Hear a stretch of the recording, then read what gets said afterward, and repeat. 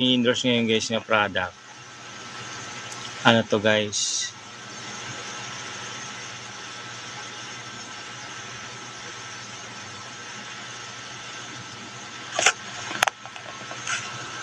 Solid na product guys. Andiyan sa ano guys, sa comment section. Ayun, ipipin natin mamaya yan. Yung ating product.